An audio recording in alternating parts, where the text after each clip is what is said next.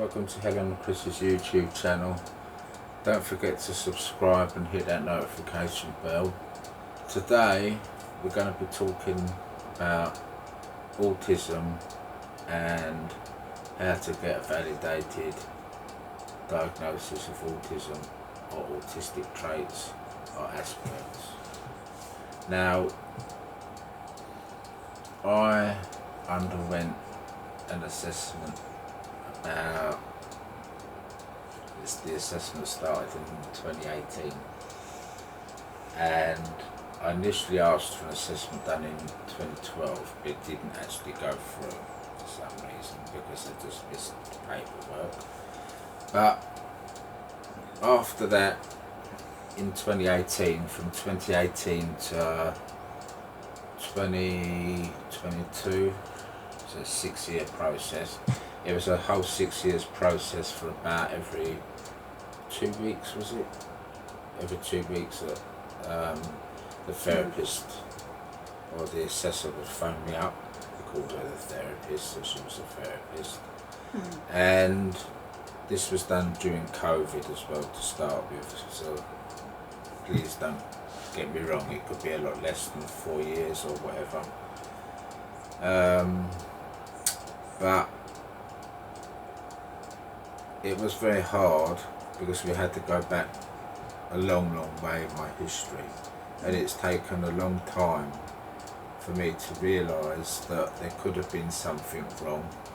But I have autistic traits, which means that one of the 3 triangle parts I passed, which was the communication part. I can communicate my emotional side and my educational side. So my emotional and my other, there's another side of there's emotional, communication, and I think socialisation. And the emotional and socialised part of it, I failed. I can't socialise with people, and I don't have much of an emotional side. I have no emotional side at all, and I have no socialisation skills at all. But because I can communicate, that means I have traits. You see, and if I was unable to communicate, I'd have full autism. So I only, if they watch for these things when they're having the test. When you actually go for an initial assessment, they will watch for all 3 of these emotions, and they're exceptionally clever at picking every single thing up. I only went in there with one person, but usually we'll go in there with 2 or 3 people watching every single movement you make, every move you make. Sometimes they video record you. There was going to be more than one assessment that I had to do, which was a sensory assessment, but they had lost their sensory equipment, so they declined. They said, you know, we can't do the sensory assessment. There wasn't any point in doing the sensory assessment anyway. But it's a very long task of going to see them, having phone assessments. As I had phone assessments, you might have to go up there and have physical assessments once a month. Be spoken to about history going all the way back from my 3rd year all the way through to when I was 47, 48. I had to go through every single year what my infant school was like, my young years were like at home, what my young years were like in the junior school, what I was like in senior school, what things were like in my home life, what I was like in my home life, how I was in my home life, exactly what I did in my home life, what I was like as a teenager, what you got up to as a teenager, in and out of home. Whether it be good and bad. I'm not going to say what I did and all that kind of business and what happened to me, because I don't have to do that. But what I'm saying is that nobody's a perfect person, ever is. Nothing is ever perfect. To be suspected of autism, to be honest with you, the only person that really knows is, or suspects something, is really yourself, but you don't really know I didn't really realise until I was around about 14 or 15 when I realised that there could be something wrong somewhere with me personally. That's when it kicked in, that I realised that could there be something wrong with me, and especially when I left home. Especially when I left home when I was around about 23 or 24. Then it really started to hit home. Is there something really wrong with me? Can I not? Because I found it such a struggle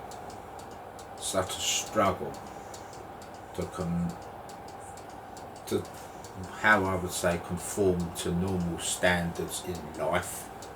I couldn't get on emotionally in life, I couldn't get on stability wise in life, but yet I could communicate well in life. Like I could communicate well with councils to get flats. I could communicate well with the police because I had to get certain stuff, and I was able to communicate statements to police and things like that about things that's happened in the past, things that happened a long time ago. Able to communicate well in hospitals, but I was unable to do things socially. I was unable to do things emotionally, and the doctors started picking this up in around about 2015. You know, it takes all these years. One doctor, and it was actually a neurologist, said that I had tics. I had tics. I'll show you one day. He said this. He said that I had tics. And then I showed that to one of the psychiatrist letters, the psychiatrists in one of the hospitals I went to, and he said that's unusual because I've noticed that as well. He said I've also noticed things that suspect that you might have some kind of autism, and he's going to put me forward for an assessment in 2012. So he put me forward for an assessment in 2012. It never went through, so I said, what happened to my assessment way back in 2012? They said, no, we'll have to send you back for a reassessment in 2018. That's when I had my reassessment done. It took nearly on 4 years, had it done, autistic traits, and now I know. After all that time, now I know. There's nothing wrong with me. I just can't socially, and I can't emotionally get on in life, and I probably never will. No, I think you've got better. I've got better because I know what I'm dealing with. Yeah, exactly. So I think that helps. If I know what I'm dealing with, I can deal with it. If you haven't got a clue what you're dealing with, I mean, the communication, you're doing it now with your hand gestures and stuff like that. That's exactly what I'm saying. If I was sitting there like that, talking away, doing nothing, then they would say, well, communication, well, yeah, you know, you can't communicate because I'm not doing this and I'm doing that and I'm not doing the weather forecast and all that business for something. But because you're doing all this communication, if I'm sitting there like that glum, no eye contact, no communication, no facial expressions, no nothing, and you can't fake that, you can't fake it because you've got two people looking that way, one person looking straight into your eyes, and they're really looking into you, and they're looking at every aspect of your body while they're talking to you, because they're very clever, these people, they're not stupid, they wasn't brought down on the last rain shower. But I can say to you this, that if you sit like that and you're glum, you have you can't have any sort of expression on your face, fair enough. But there's going to be somewhere where you'll fail something if you're going to fail it. If you've got autism, you have autism. At the end of the day, and you probably know you have. And you probably know you have a little bit earlier on in life than what I knew, but not by much. Probably while you're about 30 odd. You know. Well, usually nowadays in the 30s. people are picking it up when they're younger, People are picking it better. up, people are picking it up when they're younger, which is better. but some people they can't pick it up when they're younger because of the environment that they're in. Yeah, because it's being all suppressed and that. My environment, I will admit, was very suppressed right the way up until the age of 16, and then after the age of 16 I went to stay with one of my other parents. We got kicked out at the age of 19, and then everything else gets suppressed yet again, and I had to start all over again and literally start my whole life over again, which took another, 25? Nearly 20 odd years. Thanks to all of that, all being 1 minute gone, and then you have to pick yourself up again and start all over again. And when you've got no emotional or social skills, it's so hard. So you don't get very quick, very far. So you don't get very far very quick, do you? No. What would you say to anyone that thinks that they might have autism or autistic traits, or it doesn't matter. If you think there's something, if you think there's personally something wrong with you, the first step to say, go and see your GP as usual, right? And then if you think that, and then the GP will ask you key questions, like why do you think there's something wrong with me? What are you? And then they'll say, well, what do you think are you doing wrong? Tell them, be honest with them, be honest with them. And then if they think that you need referring, they'll refer you. If you don't need referring, then ask them this question: why do you think I don't need referring? You need to have both answers. You can't just go in there and say, well look, you know, I don't need to be referred, that's the end of it. You want to know why you can't be referred. You want to have the explanation. The doctor owes you that explanation, is to say, well look, Chris, you can't be assessed because there is no need for you to be assessed, because you can communicate well, in my opinion. But if you want to have the assessment done because you probably have 2 of the other assessments done, 2 of the other side of the assessment levels, then yeah, we can put you forward to a specialist. And that usually is a psychiatrist to start with, and a psychiatrist will assess you further.